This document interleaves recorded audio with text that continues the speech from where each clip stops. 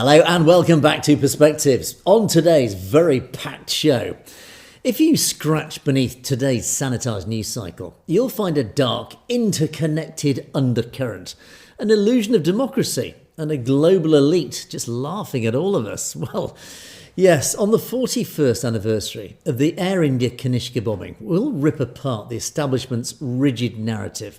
We'll pull back the intelligence mirror to expose just how deep state assets manipulated a tragedy, leaving an entire community to pay the price. And we'll illustrate how these interconnected forces have launched a hostile power grab, targeting the sacred tact Sri Hazur Sahib in Maharashtra. Yes, one of the 5 sacred tacts is under attack from the same old forces of evil. And here in the UK, the one political party threatening this globalist cabal, Reform UK, now make a tactical error post-Novak. I will explain why alienating a traditional anti-establishment Sikh voting bloc is political suicide for this political party. And finally, we'll take a hard look at the parachuted in elite, from Mark Carney to the forthcoming potential Andy Burnham, to of course the political dynasties of the United States. Do we actually have a choice in our so-called democracies? Or are we just picking from a menu pre-selected behind closed doors by this globalist elite? And no, India doesn't even escape this accusation either. All this and more on today's show. And of course, at the end of the show, we've got loads of comments to try and squeeze in as well. I think we're probably going to overrun in today's show. As I say, it's the end of the week. I thought, why not? Let's squeeze as much in as we can. So without further ado, as they say, let's get underway. And of course, yes, the anniversary of the bombing, the 23rd of June, marks this awful, so tragic anniversary as the calendar rolls round to this time of year. And of course, the mainstream media wires trigger this familiar, highly synchronised, it's almost become a ritual now. We're forced to look back at this awful date, June the 23rd, 1985. Of course, the day that Air India 182 was brought down and by a bomb, the Kanishka bombing. The plane vanished from radar screens actually over the Irish Sea, and 329 innocent souls perished with it. And it does remain, until actually 9/11, the single deadliest act of aviation terrorism in global history. It was a huge event. And every year, I talked about this ritual every year without fail, certain political factions leverage this awful tragedy not to pursue the truth, but of course to execute a highly targeted political hit piece. Every single year without fail, they use the blood of the victims to construct an unyielding narrative designed to do one simple thing: to paint the entire global Sikh diaspora with a broad brush of violent extremism. It gets rather tiresome, doesn't it? I mean, I'm tired of it. Imagine what you poor guys have to suffer every year this comes round. So let's look at the establishment's go-to voice for this narrative. One prime example, a veteran Canadian journalist, Terry Milewski, or Milowski, however you want to pronounce it. I want to show you the first minute of a clip. It's Kona. It is, of course, one of the Hindutva outlets that broadcasts anti-Sikh propaganda on a regular basis across North America, both in the States and in Canada. They've interviewed a guy called Terry Milewski. So it's a long interview, it's a long piece. I just want to show you the first minute, which of course they're promoting heavily, because it just, once again, just sets out the sort of stuff that they're talking about on this ritualistic basis. Look at let's say the Greek military junta, for example, that... Sorry, wrong, I do beg your pardon, wrong video. Hold your horses. Was butchered by 6 Khalistani fanatics. They cut him to pieces, his scalp was torn off, he was all stitches. They left him to bleed to death. 9 out of 10 Canadians didn't know about the Air India bombing. This was by far the worst terrorist incident ever in Canadian history. And it was the worst terrorist attack anywhere until 9/11. What really happened was being forgotten and trampled underfoot by the Khalistanis. They were trying to rewrite history. Khalistanis didn't blow up the plane. The Indian government blew up their own plane. There were 1,600 pieces of shrapnel and debris at the Tokyo baggage hall where the bomb blew up. Tara Singh, who was visiting a friend in London and heard Ajit Singh Bagri himself basically confess and describe to another friend how they got the bombs on the plane. And what happened to Hale? Oh, yes, Tara Singh Hale was murdered. The Canadian system is too soft. The Canadian justice system was indeed where terrorism cases went to die. And on it goes, and I won't play the rest of it because it rattles on for hours along that same sort of vein. But those final words are quite interesting because the first part of that, if you watch with a pretty uncritical eye, the framing's pretty absolute. It presents a very closed case, a clean-cut story of religious zealotry and a straight line of guilt. It was clearly Khalistani terrorists, there's no doubt about it. But it was that last little bit that it just snuck in there where there is a finger of suspicion pointing at the security forces, as he says. This is where terrorist cases go to die. CSIS investigate these things, and the truth never seems to come out. But he's sort of framing it around, of course it was Khalistani terrorists. Of course, the truth is something quite different. But ultimately, this guy, Terry Malowski, who is he? What is his track record? Why is he appearing on the Coalition of Hindus of North America, KONA, a well-known Hindutva mouthpiece, a well-known spreader of propaganda and anti-Khalistan and anti-Sikh propaganda? Well, Terry Malowski, who is he? He does maintain institutional credibility when you stack him up against the broader, more complex realities of investigative journalism, or so you think. Now, for example, excuse me, I've got a bad throat today. It's having to rant on a daily basis about these things. It's no good for the throat. Anyway, Malowski is a veteran, certainly. He is an investigative journalist, and he spent decades as a senior parliamentary correspondent for CBC, the mainstream Canadian news service or news channel. But when it comes to the complex, painful history of Sikh-Indian relations, this is where he consistently displays what many independent analysts describe as a blind spot. He seems to really ideologically refuse to accept that he might be in the wrong in this. He's following a clear agenda. And he produced this 2007 documentary. Sorry, I beg your pardon. There was a documentary in 2007, followed by a 2020 report for the Macdonald-Laurier Institute, and it was his Khalistan, a project of Pakistan. In this document, he revealed that he wasn't just a journalist reporting facts, but he clearly has a bit of a chip on his shoulder. The investigation, the so-called journalism that sort of went into this has been described as completely not independent, as being quite partisan, and again referring to this blind spot that he has. For some reason, he has not maintained impartiality on this, and he seems to have got a clear... It's almost like he came up with his conclusion and then wrote a document to reach that conclusion without actually arguing it in a completely impartial, fair way. And sadly, since this premise has remained frozen in time since 1985, that the entire demand for Sikh self-determination is purely a violent proxy operation orchestrated by Pakistani intelligence, ISI. Again, it's this tired old trope that even he falls into the trap of arguing. And I've counter-argued about this so many times. There's no logic that the whole Khalistan movement would have been generated by Pakistan, because it predates even the very existence of Pakistan. Now, Pakistan might align with it, but it does not. It is not a creation of Pakistan. Pakistan probably supports it because it suits their agenda as well, but it doesn't mean they either fund it or generated it in the first place. And this Malowski consistently downplays domestic Sikh grievances. He ignores all the time systemic human rights abuses perpetrated by the Indian state in Punjab. He brushes aside any of the troubling questions surrounding Delhi's covert actions on foreign soil. It's almost like, again, this blind spot seems to also ignore any transnational oppression by India, which is proven over and over again to have occurred all around the world, not just in Canada, on his home soil. And compare his rigid establishment line to the rest of Canada's premium journalists, institutions like the Globe and Mail. The Toronto Star, all these examples, they've not played along with this basic script, this manufactured script that's essentially come from India. They have instead done their job. They've repeatedly expressed deep, profound suspicions regarding India's domestic and transnational activities.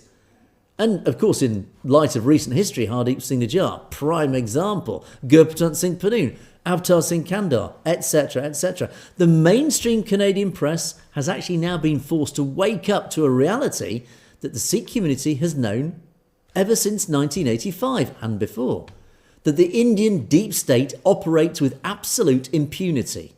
It uses transnational oppression, it uses extrajudicial killings, and of course it uses sophisticated disinformation campaigns, like this Air India bombing, to crush dissent and turn people against the Khalistan movement. So when we look at the Kanishka anniversary, we're not simply accepting this sanitised, manufactured establishment version of what happened. We actually need a bit more of a genuine, rigorous, factual-based ledger of the truth, the pros and cons. We need to look at basically the evidence for and against the theories. Was Flight 182 the work of localised Khalistani militants acting alone, or was it a highly sophisticated, cynical false flag operation orchestrated by RAW, the Research and Analysis Wing? Obviously with the intention to isolate, discredit and destroy the Sikh independence movement on the global stage. So let's set out some facts. To understand the mainstream conventional narrative, this ritualistic narrative that gets churned out every year, you've got to look at what the Canadian state and the legal system managed to establish. Firstly, the primary weight behind the argument for Khalistani involvement rests upon the shoulders of one guy, Inderjit Singh Rayat. And to this day, Rayat remains the only individual ever legally convicted in a court of law in connection with that bombing. Now, a marine mechanic from Vancouver Island. He pled guilty in 2003 to manslaughter regarding the bombing, having already been convicted for the role in an adjacent bombing, a companion explosion at Japan's Narita airport, where a luggage bomb went off prematurely, killing 2 baggage handlers. Now, the physical evidence tied Rayat to the acquisition of the components. He purchased the Sanyo tuner, the specific micrologic clock, and the chemicals that were used to manufacture the explosive devices themselves. And the prosecution's case argued that Rayat was acting as the technical asset for a wider network, specifically the Baba Khalsa. That's a militant separatist group we refer to periodically, at the time led by Talwinder Singh Parmar. Now, Parmar is consistently labelled by Canadian law enforcement and in the major commission of inquiry that followed as the operational mastermind of the whole plot. The timeline, the establishment argues, provides the motive. The bombing occurred in June 1985, exactly 1 year after the Indian military's awful assault on the Golden Temple, Operation Blue Star. Followed again, of course, by the Sikh genocide in October, November that year. So the emotions in the diaspora were white hot. The anger was palpable. Militant factions within the community had openly and explicitly vowed retaliation against symbols of the Indian state, Air India, the state-owned national carrier, obviously being the clear, obvious symbolic target. So that is the case for the Canadian government, the RCMP, and people like Terry Malowski. And they've spent decades trotting it out each year, reinforcing it. It's a narrative of simple revenge, radicalisation, technical execution by a small group of Vancouver-based zealots, extremists. But when you actually pull back this curtain on the investigation itself, this neat, nice little tidy house of cards actually begins to completely collapse. Because the official story doesn't just have holes, it's absolutely hollow inside. It is made up, it's built on sand. There's been enough work to completely tear apart this narrative. Because there is a completely, genuinely fact-based alternative ledger of evidence, and one that points directly to the dark underbelly, that dark underbelly of Indian intelligence. The organisation we know are capable of all sorts of dirty tricks and work. And if you want to understand just how deep this rabbit hole goes, you only need to read this book, this investigative journalism, this seminal, highly regarded piece of work, Soft Target. It was written by two Canadian reporters, investigative journalists, genuinely investigating the situation and impartially. Two guys, Zuhair Kashmiri, he worked for the Globe and Mail at the time, and Brian McAndrew, and he worked for the Toronto Star.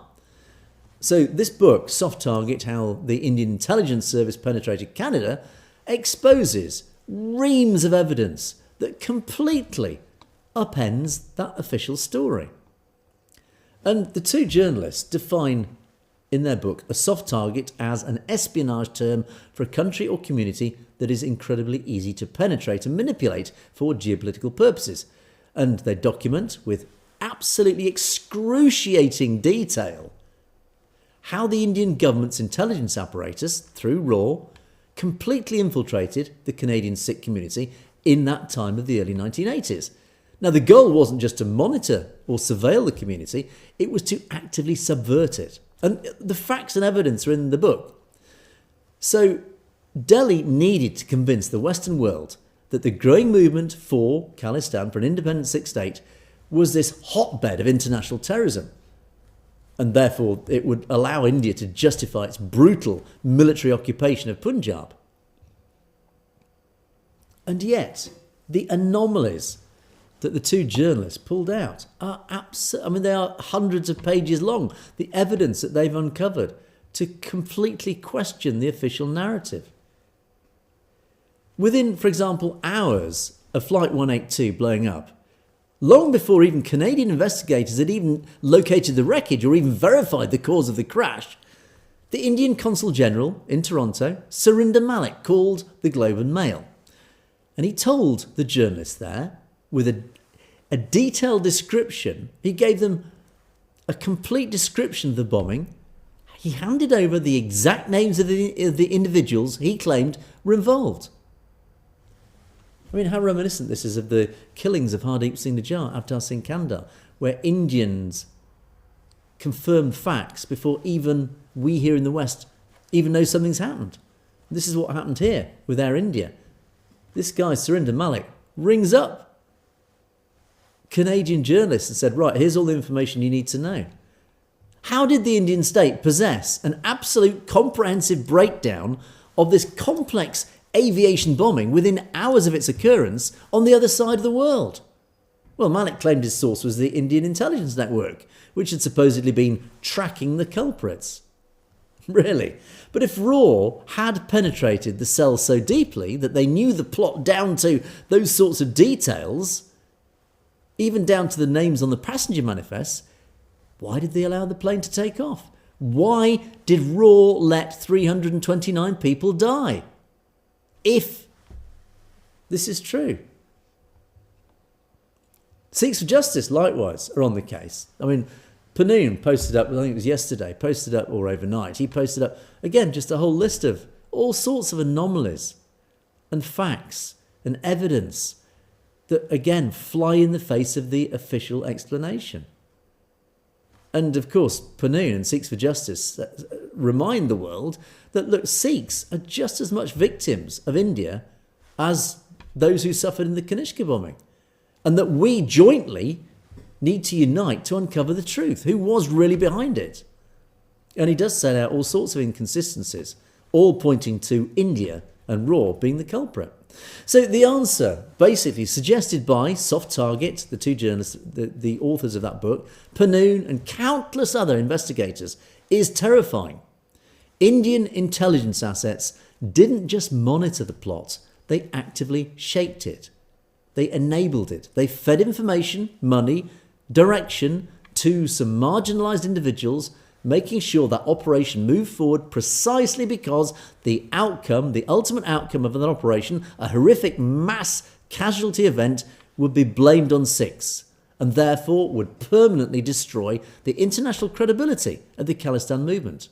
It was the ultimate cynical false flag operation that has allowed them every single year to beat the Khalistan movement with this stick and try and persuade the global community and all their indoctrinated Hindus back in India and around the world, that it was Khalistanis behind it. But the evidence doesn't stop with investigative books. It comes actually, and again, regular viewers will be fully aware of this, evidence comes from the very heart of the Western intelligence establishment itself. Let's look at the explosive public admission made by CIA whistleblower and former counterterrorism officer John Kirikou. I'll play you the video again. And I did a piece on this when it first came out. This is John Kirikou speaking on an interview. Look at let's say, the Greek military junta, for example, that carried out acts of terrorism against its own people. Look at Israel, that has carried out assassinations all over the world.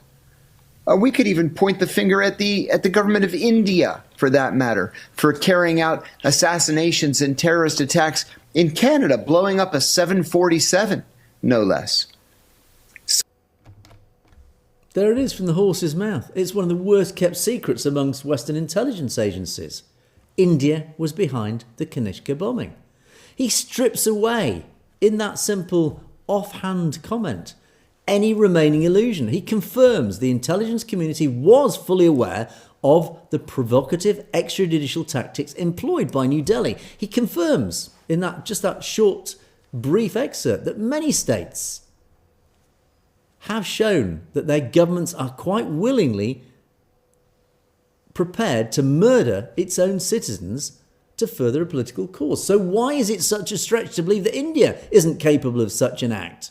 Of course it is.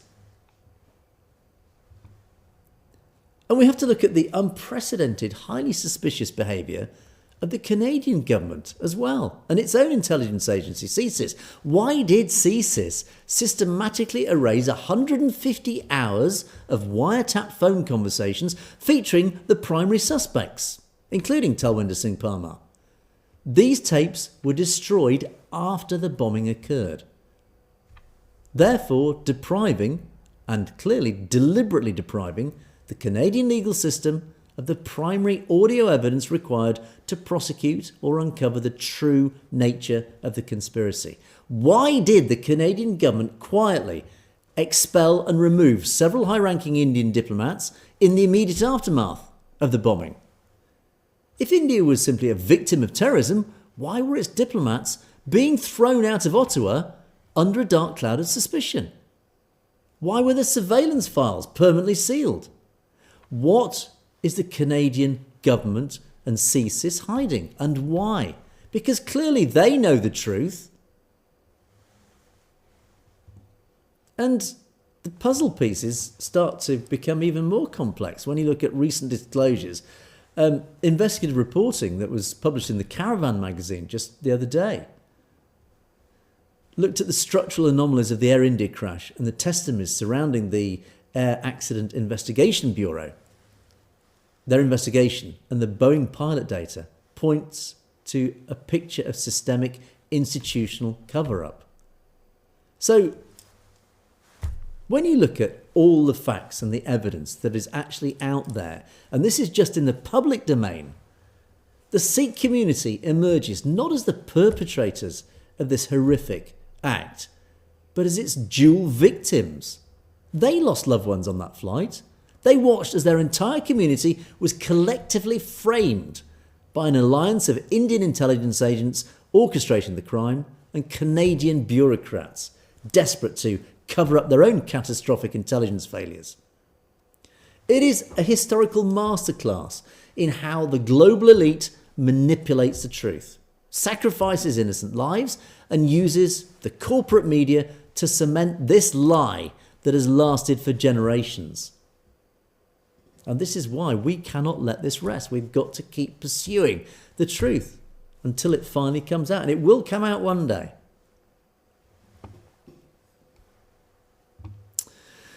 Anyway, let's move on. And if that story just shows us how global intelligence agencies manipulate communities from the outside, well, this next story exposes how states are quite happy to utilise the lawfare. They weaponise the law to power grab any of its political dissenters or those it basically arbitrarily sees fit to control and dismantle and systematically dismantle from within. So this story, obviously, you don't find it across the mainstream Western media. It hit a few headlines in India, but it has a massive impact on the Sikh community. It happened in Maharashtra. It's happening now in Maharashtra. It's a major constitutional and religious battle that's brewing. And of course, the SGPC are involved in this. They're having a fierce public battle with the Maharashtra government over this one of the 5 tax. Well, what is it all about? Well, the state cabinet in Maharashtra is pushing forward with a sweeping amendment to a piece of legislation, a 1956 act that governs the management of this Takht Sachkhand Sri Hazur Sahib in Nanded. Now, for those who may not know, Hazur Sahib it's not just any local Gurdwara. It is, of course, one of the 5 takhts. These are the primary seats of temporal and spiritual authority in the Sikh faith. The Akal Takht, of course, being the most senior. But this is one of the 5. It is a key pillar of the Sikh faith, administratively speaking, in India and the Punjab. And this, of course, being in Maharashtra. And it also marks a sacred ground. This particular tact marks a sacred ground where Guru Gobind Singh Ji spent his final days, where the eternal guruship was passed to the Guru Granth Sahib Ji. So this is massively significant. This place, this location is massively significant to the Sikh faith. It belongs entirely to the global Sikh community. But under the guise of administrative efficiency, the Maharashtra government is now moving to fundamentally alter the composition of the tax management board. The plan is to dilute the representation of traditional elected Sikh institutions like the SGPC and local Sikh bodies, and instead pack the management board with government-nominated political appointees. Now, remember the Punjab University protest that happened a few months ago? Exactly the same thing. A central power grab from Delhi. We all know ultimately where it's from. It's Hindutva and RSS driven. In Punjab University, they tried to replace this normally elected body, the management body, with their own appointees, essentially Hindutva appointees. Same thing happened in one of the 5 takhts here in Maharashtra. This is basically an authoritarian power grab by the Indian state, by Hindutva, to control another organisation that belongs to the Sikh community. Now, the SGPC has obviously flagged it as a direct violation of religious freedom. It's an insult into the internal affairs of the Sikh community.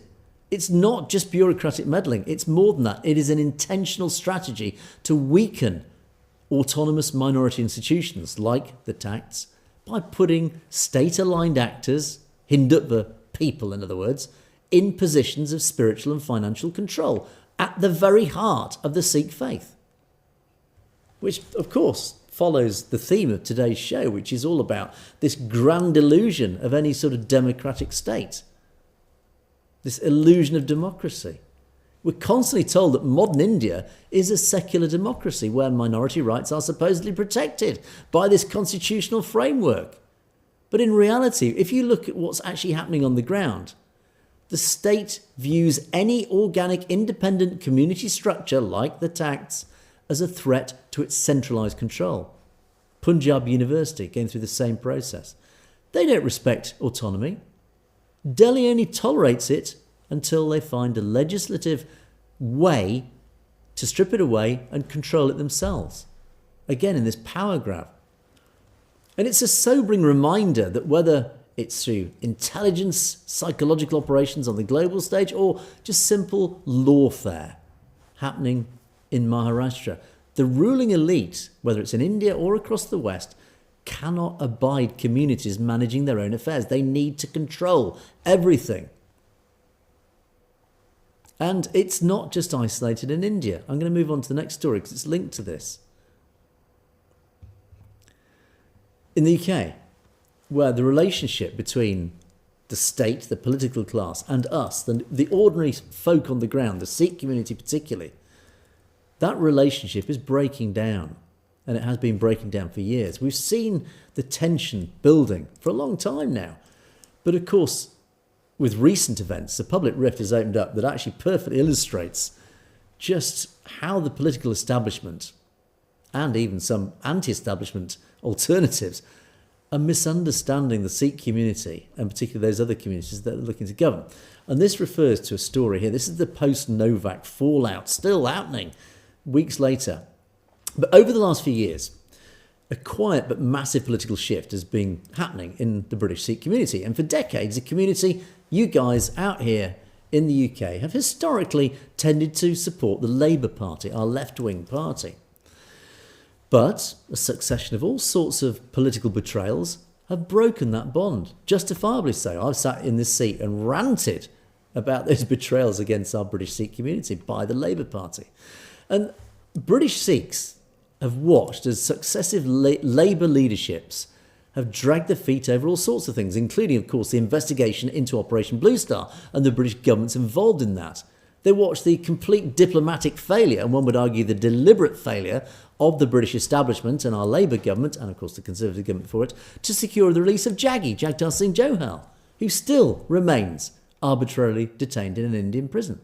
So disillusioned by this political class that treats them as a guaranteed voting bloc, but then go and breaks every single promise, it's not surprising that most, or I don't know about most, but certainly many British Sikhs began looking elsewhere. And interesting, they increasingly turned toward Reform UK, recognising the party actually as a potential ally. It is an anti-establishment force capable, the only party currently capable of taking this country forward and taking on the British establishment, completely independent of those legacy elites who've spent decades prioritising trade deals, with New Delhi over human rights, particularly of British citizens. Unfortunately, though, things have hit a bit of a rocky patch because that growing relationship has hit this sort of frustrating roadblock, the Kirpan, this Novak killing. Following that sad, tragic crime, Reform UK's leadership reacted with a stupid, knee-jerk reaction. It was a blunt, sweeping policy change. In a bid to push a zero-tolerance knife crime platform, parts of Reform have called for a total repeal of that legal exemption allowing Sikhs to carry kirpans in public spaces. Now, the backlash in the community has been predictable. It's been robust, to put it mildly, and entirely justified. High-profile Sikh figures, organisations have flooded social media, pointing out the huge frustration of seeing their sacred article of faith lumped into the same category as knives used in gang violence. And it's clear that this heavy-handed, unmeasured response from Reform has severely damaged their standing with a potentially powerful, highly disciplined voting bloc of the Sikh community. It's stupid, in my opinion. Now, it's not up to me who you guys vote for. I tend to be transparent, I tend to align with Reform because I'm, I suppose, anti-establishment, and Reform does form at least one party that seems to hold the British establishment to account. But ultimately, I've got to call it out for a completely stupid lack of political intelligence from the leadership. Now, an intelligent, measured, truly populist alternative should not be alienating the Sikh community. It should be actively championing them. The Reform Party needs to wake up to the British Sikh community and what it represents and what it could do for a political party with its support. Treating a community characterised by deep discipline, law-abiding citizenship and self-reliance, of course, identically then to standard urban antisocial behaviour, gang, warfare, what have you, it's lazy, reactionary politics. It's stupidity. The leadership of Reform needs to understand that a rogue criminal act, that Digva fool, committed by Digva, does not define a centuries-old spiritual tradition. If Reform want to take on the global establishment, as they claim to do, it needs to realise that British Sikhs share its most fundamental core values. It is a community built on the bedrock of strong families, traditional social values, hard work, entrepreneurial spirit, and of course an innate historic scepticism of top-down state oppression. The Sikh community is a natural ally of Reform that wants to decentralise power, restore community cohesion, etc.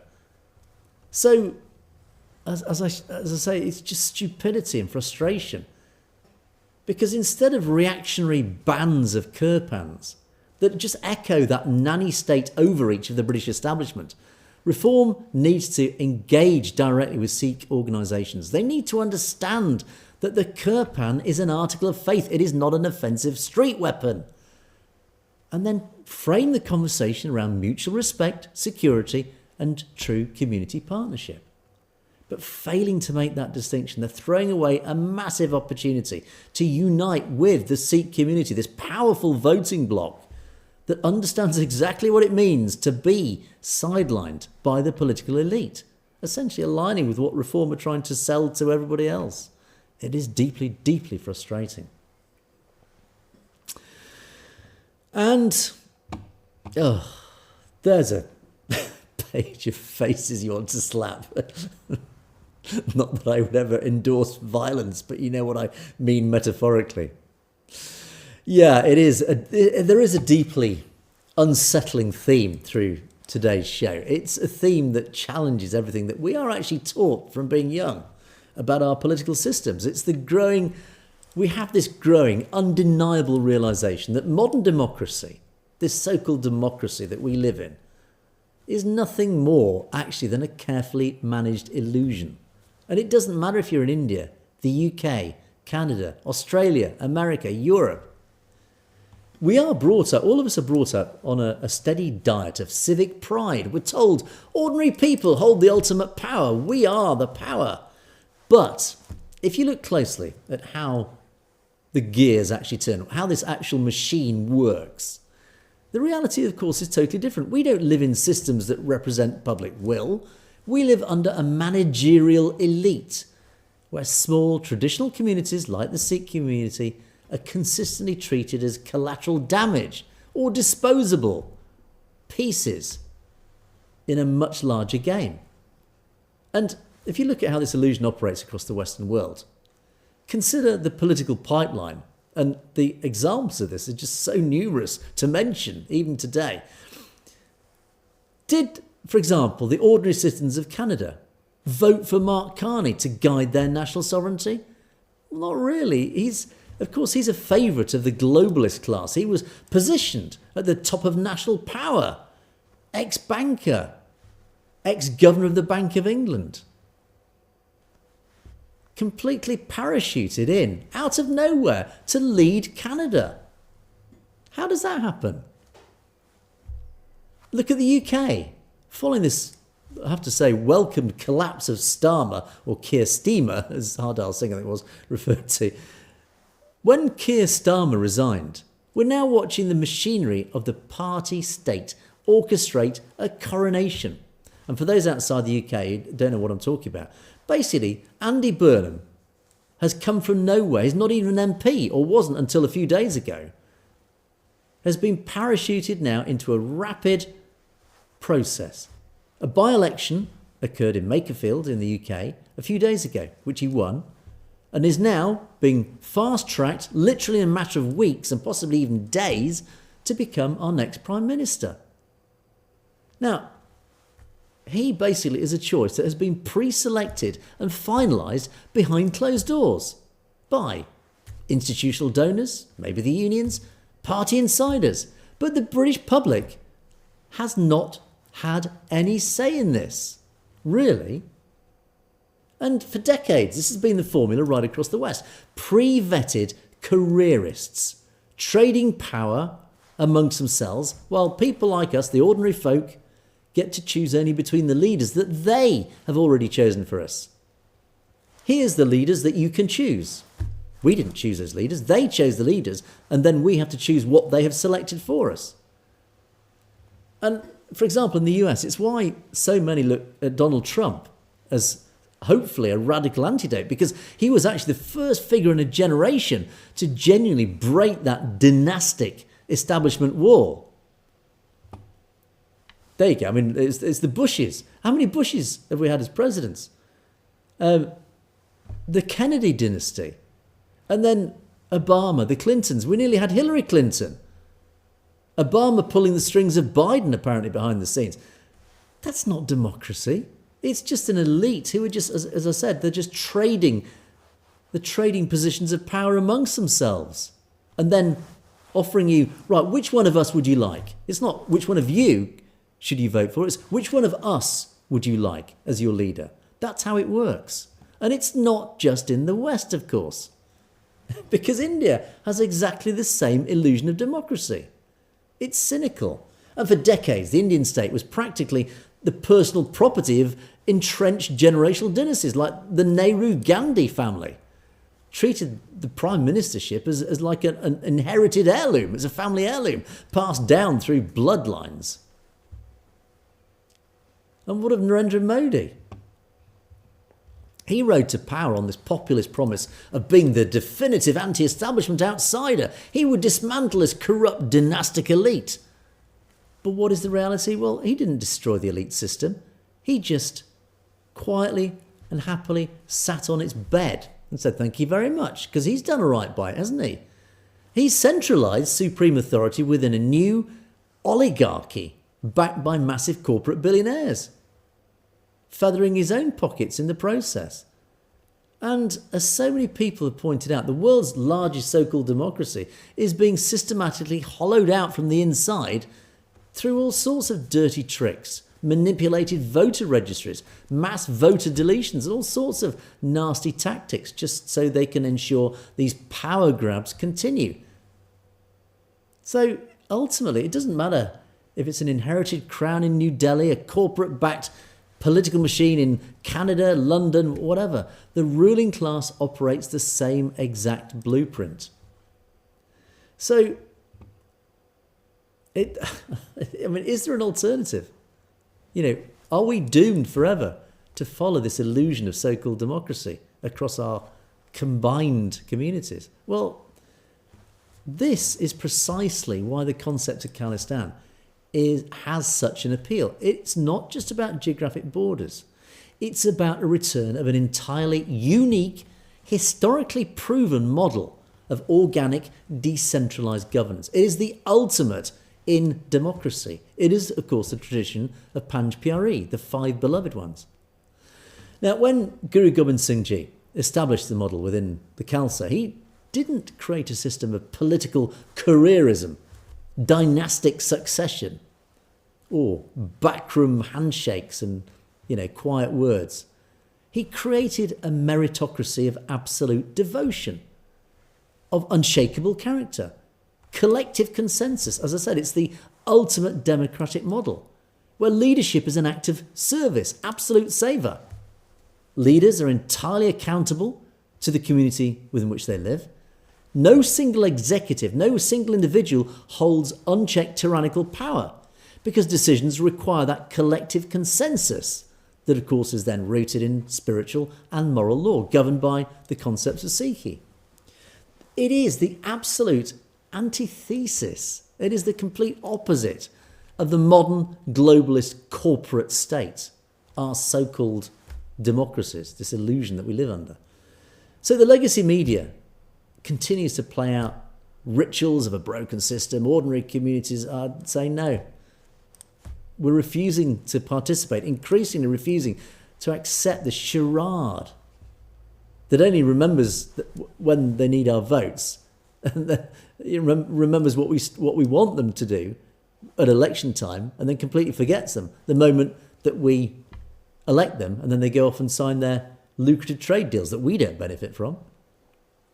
So the future is not about the parachuted elite. The future actually belongs to people like this. It belongs to people like us. I often talk about grassroots power. The power actually, to contradict what I said earlier to some degree, we actually still always ultimately hold the power. Now, yes, our ruling elites control the world. They have the power on a day-to-day basis. But ultimately, we are many, they are few. This is really what we need to wake up to as an entire global community. You know, we've got to stop this elite control over all of us, and how all these methods are insidiously bringing it into our societies, digital ID, even simple things like your credit ratings, all these sorts of things are instruments of control. And this illusion of democracy that we all of us go to cast our votes every few years, but we're just selecting the same old people. It's the same policies, it's the same establishment, it's just a different mask it wears between the different parties. Anyway, but ultimately, as I said, this is why Khalistan, when it's established, probably, in my opinion, will be the only genuine democracy on this planet. I look forward to moving there, frankly. Right, anyway, let's move on to our comments. Loads of comments to get through. And thank you, as always, to you guys for all your massive contributions. And there have been some really good ones, so let me just quickly zip that in there. There we go. Right, SSKK kicks us off today. Yes, Dalchit Dosanjh. He got a bit of a pasting in our comments, and deservedly so. Yeah, Dalchit fans will soon turn up in huge numbers wearing Khalistan flags. Let's hope they should do. And absolutely spread the word. If you're going to a Dosanjh concert, just wear a Khalistan flag around your shoulders. If they won't let you in, stick it in your pocket, and when you're in there, get it out there and show it proudly. I don't particularly endorse running onto the stage with it, but, well, if that's what you decide to do, I will certainly feature you on the next show with pleasure. Gabru, Amitabh Bachchan's slogans, yes, these awful blood for blood slogans that he allegedly shouted during the Sikh genocide. It is shameful. And it is shameful that Diljit Dosanjh bowed his head to this guy, as I pointed out in that story. 1S1 and 2. This is shocking, actually, because Gurpreet Singh Rahal, he's the guy who in the UK has been closed down and accused of being a terrorist without ever facing any actual legal charge or appearing in court. He's never had the legal ability to clear his name. But as you say, this is what Gurpreet was trying to expose, the destruction and corporatisation of what's going on in Punjab. And then, that governor of the Bank of England says, the young are selling out Punjab. As you said, these people are beyond words. You're absolutely right. Politicians again. Politicians really have quite a dirty name on the show, don't they? Satbachan Singh. This is an appeal. And rightly so, a heartfelt appeal. Please, everybody, all Khalistanis must support the Public Action Committee of Punjab. We must unite. Absolutely, we must. Every Khalsa must support the Public Action Committee. True Punjabis are saving land, language, Punjabi culture, history of Punjab's Guru Nanak to Guru Gobind Singh Ji, Maharaja Mata, etc. Basically, the message is very clear.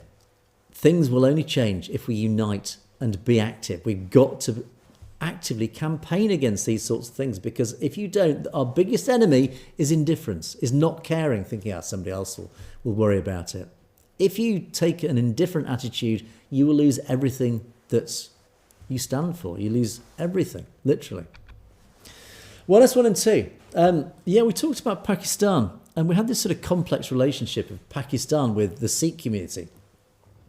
And 1S1 and 2 reminds us, look, don't forget Modi is allied with the Taliban. In fact, some of my past podcasts, we talked about that at length. And Modi pays the Taliban, these extremists of the Islamic community, to target Sikhs across the border. So, of course, Modi's quite happy to encourage that, or at least acquiesce to it, is the word. And stay safe. This is quite concerning. You talk about, was it a friend of your family, talks about travelling to Pakistan. She said the West Punjab has become Pashtunized, and she is quite concerned. And ultimately the message, and I've experienced this myself firsthand actually, I did many years ago in the 80s travel through Pakistan, Afghanistan, and I spent many months living with, I would say, quite an extreme end of the Islamic community. Hezbi Islami is the group that I stayed with. They actually now, as it turns out, they are a proscribed terrorist organisation, but back in the 80s they were allies of the West during the Russian invasion. And as Stacey says, they really are so strict in their social rules and laws that you really cannot step outside of this, literally for fear of your life. And I'll give you a prime example. Myself and my mate, who were in Afghanistan at the time, we spent a lot of time just literally sitting on a mountainside. And one day we were bored, so my mate had a pack of cards, so we started playing cards. Next thing we knew, stones are raining around us. It turned out some of these extremists were shouting at us, throwing stones at us, saying, "You can't play cards. It's evil. You know, enjoying yourself playing cards or something was seen as evil." But that was just a small example of sorts of things that essentially I think you stay safe are referring to here. It's extremism that we have to be so careful about. In fact, I talked about extremism, was in yesterday's show. KTE FPV. This is an appeal to ban nuclear fuel being sent to India. Now, I must confess, I don't actually know where India gets its enriched uranium from. I don't know whether it does internally. It is, of course, nuclear power. But does it ship it in from outside? Yes, it probably does, actually. So your call is, look, we need to ban shipments of enriched nuclear fuel to India and actually arguably to Pakistan. Because, as you rightly say, Sikhs are stuck in the middle. You're living like burgers between two baboons, essentially. I suppose it's like a burger between two buns. But ultimately, yeah, there is an argument. We know that Pakistan and India are both nuclear powers, and it has been said, even Bill Clinton, former US president, said he fears that the most likely route to a nuclear Armageddon is between India and Pakistan. And yes, so is there a discussion to actually restrict India's access to nuclear materials? I don't think it's practical. I don't think it'll ever happen. And I think India now is becoming too powerful to sort of do that. And it's Pandora's box. I think once you open that box, who knows what could happen. I don't think it's ever going to happen, sadly, much as we might want it to. Critics Corner makes an appearance with Kumar. And this is a bit of a boring one. Background terrorist. I assume you're referring to Bindranvaliji, who sits over my shoulder. And I've been through this so many times. He's not a terrorist. How many times do I have to try and explain? And I'm not even going to bother to now. I think our audience know full well what Bindranvaliji stood for. And for you, Kumar, you might view him as a terrorist. As the old phrase, one man's terrorist is another man's freedom fighter.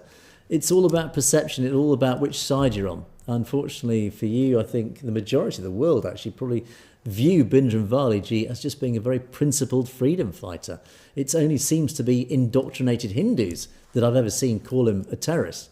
So I assume with the name Kumar, sadly, I mean, I totally respect your point of view. You have a right to air your point of view, but it is also my right to deeply and profoundly disagree with it and provide evidence, as I have repeatedly done in the past, to contradict your point of view. So, but anyway, welcome to Critics Corner, and thank you for your comment. P90123. Now, you have a really hard time believing Khalistan. You're losing faith. As I often say, just don't worry. Be patient. Have faith. Now, you have to say, look, can we have a video one day explaining how it would be economically viable? Now, I would actually refer you, I don't know if you're a regular viewer, but certainly in my podcast, Dr. Graywell and I have done several podcasts actually talking about the economic viability of Khalistan. Its natural resources, it has a massive amount of natural resources, valuable ones, water as a prime example, but of course it's agriculture, etc.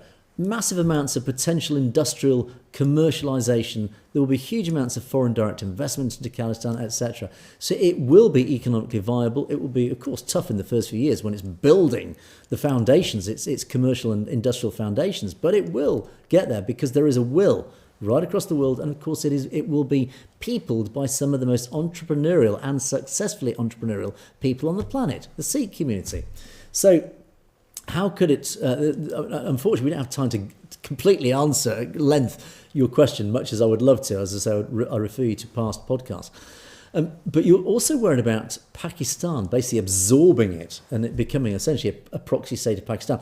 I don't think that will ever happen for many reasons, not least because Khalistan will be populated by primarily, obviously, Sikhs, but it will be populated by all sorts of people of every religious makeup. Christians, Hindus even will be welcome there, and I'm sure Hindus will live there. And of course, it will have Muslims as well. It is very unlikely that Pakistan will have the power to absorb Khalistan because the resistance will be too strong. There is no way Pakistan will want to take on the Sikh community in any violent form. It just ain't going to happen because they, of all countries, are fully aware of the power of the Sikh community. And there is absolutely no way that the Sikh community would abandon or let its independence, so newly won, be absorbed by somebody else. There will be literally millions of Sikhs from around the world who will flood into Khalistan. And I'll probably join them, frankly, to swing our kirpans. I'll borrow somebody's kirpan if I'm allowed. And I will shout Bole Sonehal and to drive any invaders out. So if Pakistan even begins to think about it, it's just not going to happen. Now, they might try it by stealth. Again, the resistance will be too strong because primarily the West needs Khalistan as an ally. It will see it as a totally aligned ally. Pakistan is not. It has some alignment with Pakistan. But if Pakistan tries to in any way control Khalistan, the West then loses its key reliable ally. So the West won't allow it to happen. The West will use every means in its power, all sorts of economic leverage, etc., to make sure that Pakistan has absolutely no chance of absorbing it, etc., etc. And anyway, I hope that sort of answers your question. But yeah, maybe if I get time, we'll do a complete dedicated piece on this. But as I say, we have covered it countless times in podcasts in the past. All I would say is don't lose the faith. It is happening. It will happen. We don't know when. Almost by definition, it is how it will happen will be through an unforeseeable catalytic chain of events, like the Soviet Union, how that fell. So it will happen. We just don't know how it's going to happen or when it's going to happen. Those are the unquantifiable things. But I do know that this trajectory, this trend line of events and things happening and political stances, etc., on the subcontinent, it has only one direction of travel.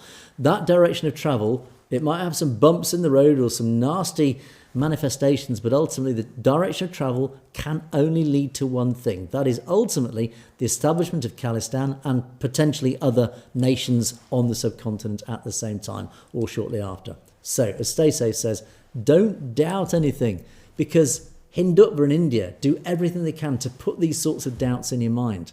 That is how they're trying to fight it. They're trying to fight it with propaganda, trying to sow the seeds amongst the Sikh community that, oh no, not many of you support Khalistan, so you shouldn't either.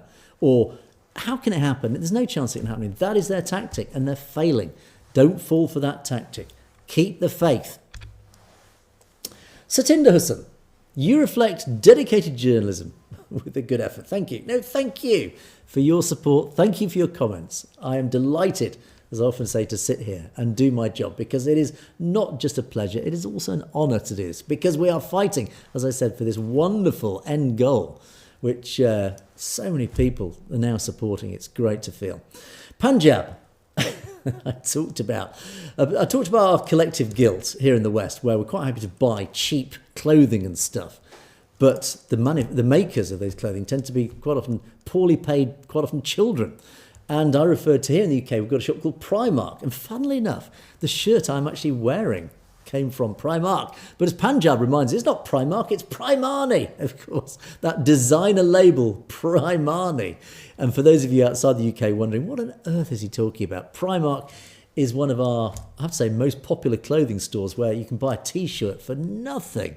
I mean, this shirt cost less than $10. It was nothing. They'd somehow managed to churn out mass high fashion volume at outrageously cheap prices, which is why it's so popular. And Armani, of course, being a design label, hence Primani. So thank you, Punjab. And yes, I am wearing a designer labeled Primani shirt as we speak. Manveer Singh. Oh yes, you talked about my rant. I did have a bit of a rant. It was this Sikh influencer, influencer, whatever he wants to call himself. He had a go at the British Empire, and I did actually have a bit of a rant about it, saying, firstly, just stop having a go at the British Empire. It's pointless. And secondly, don't fall into the trap of trying to be divisive and provoke anger in all of us. So I did have a bit of a rant. Thank you, Manveer, for understanding my rant and hopefully empathising with my rant, because ultimately we're all here in the UK, and to some extent, even in Canada and other places, we're all enjoying the fruits of the British Empire. But ultimately, we all, almost all of us, enjoy the fruits of empires past. Not just the British Empire. It could be the Greeks, the Romans. I mean, God, here in the UK, we benefit from the Roman Empire. I'm enjoying amazing straight roads in places that were built by the bloody Romans. Where does it stop? My rant was primarily, look, we are not empires. We are not even the sons of empires. We are distant descendants. We have no responsibility for the past empires. We have no responsibility for their nasty acts. We also can't claim credit for their great things that they did. We are just enjoying the fruits of what happened, at least hopefully most of us. Of course, there are some legacy which are not quite so beneficial, but ultimately, yes, you know what I'm saying, is that ultimately just the past is the past. Learn from it, but don't dig it up to drive wedges between all of us today. That is not serving any purpose other than allowing the next empires to build and insert their evil legacies on all of us common folk again. Again, back to the theme of the show. And the final sign-off. Bang on time, amazingly, incredibly. CR7 World. Vaheguru Ji ka Khalsa, Vaheguru Ji ki Fateh. Khalistan Zindabad, and one of our regular Khalistan Zindabaders, Sukha Singh, indeed, signs us off on the show. That is it for another day. In fact, that is it for another week. Don't these weeks fly by quickly? Fascinating podcast tomorrow. Dr. Grail. We talk about Dr. Ambedkar and partition, that awful period of partition, and there's so many people that tragically died. Now, many people blame the British Empire again. Here we go again. It was the British Empire pulling out partitioned India. Do you know what? Actually, it wasn't. It turns out the truth is something very different. Dr. Ambedkar himself, the man who actually, for example, Gurpatnt Singh Panin regularly tries to tear statues down of, the evidence points to Dr. Ambedkar being responsible for that Radcliffe line, that line that broke up Punjab and all the fallout thereof. So watch that podcast. It's a fascinating one, actually. If you like any history about partition, you want to know what it was all about and the impact and who was behind it, watch tomorrow's podcast. It's a good one. Anyway, that's it for another day. Thanks so much for watching. Have a great weekend, all of you. God willing, I'll catch you guys again on Monday morning.